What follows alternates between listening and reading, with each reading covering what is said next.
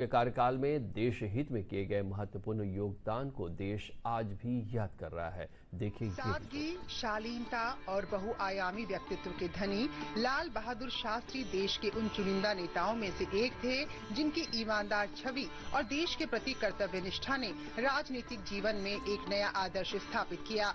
संकटों को सुलझाने की उनकी काबिलियत और मजबूत निर्णय करने जैसी बातें उन्हें बाकी राजनेताओं से अलग करती हैं।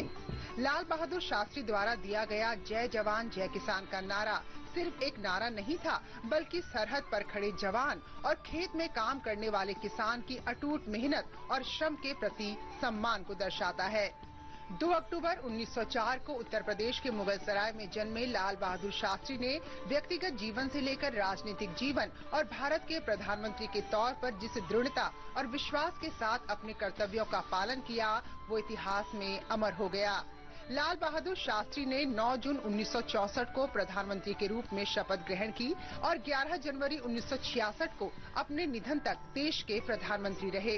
प्रधानमंत्री के तौर पर 18 माह की छोटी सी अवधि के दौरान उन्हें अनेक समस्याओं और चुनौतियों का सामना करना पड़ा, लेकिन बगैर विचलित हुए अपनी सूझबूझ से न केवल उन्होंने उनका समाधान ढूंढा, बल्कि एक नई इबारत लिख दी। इस दौरान उन्होंने चीन के हाथों 1962 के युद्ध में हुई पराजय की ग्लानि से 1965 के भारत पाकिस्तान युद्ध में विजयश्री का सेहरा पहनाकर देश को मुक्त करा दिया।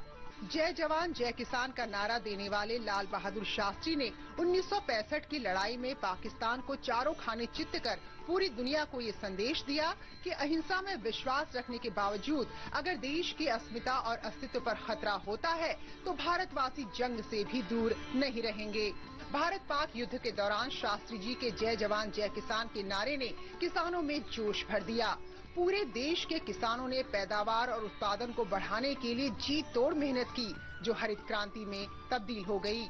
ये शास्त्री जी की दूरदर्शिता का ही परिणाम था कि 1968 में देश की आबादी जब 1947 के मुकाबले करीब 1.5 गुना हुई, तब गेहूं उत्पादन 3 गुना बढ़ा और 90 का दशक आते आते देश अनाज उत्पादन में आत्मनिर्भर बन गया।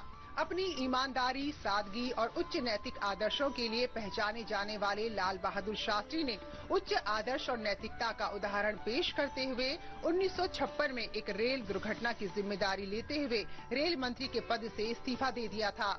हालांकि उनका इस्तीफा स्वीकार नहीं किया गया।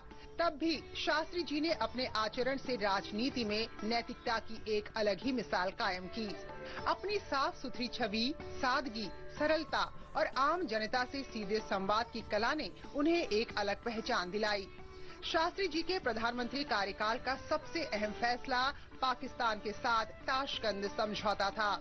इसी समझौते के बाद 11 जनवरी 1966 को उनका निधन हो गया। शास्त्री जी के विचार और आदर्श आज भी देश की जनता को राह दिखाते हैं। Bureau report, DD news. आज विजय